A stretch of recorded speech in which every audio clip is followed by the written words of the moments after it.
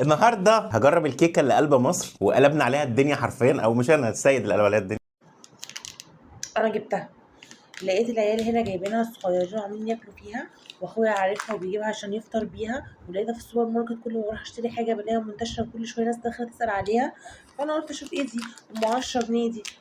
بيقولوا لازم نسخنها الاول، قلت له هسخنها واجي ونشوف ايه الدنيا فيها. ايه رايكم في ستيتش؟ حلو؟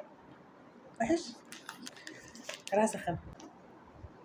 وعلى فكره انا ماليش في جو الترندات خالص، بس انا بعز منعش، يعني كل شويه بيجيب حاجات بتجوعني جدا بصراحه ومتابعاه يعني، اكتر بني ادم بيجوع بصراحه.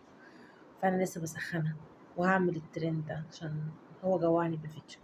ايه رايكم في ستيتش؟ ما قلتوليش. هجيبها واجي. صغيره قوي بس حلوه على 10 جنيه. هي بيقولوا صوص شوكولاته جوه كده.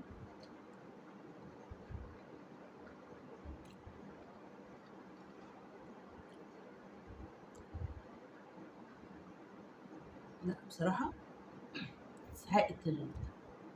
شكلي هيبقى ليا في الترندات الفتره الجايه. اخرج بيتي كمان.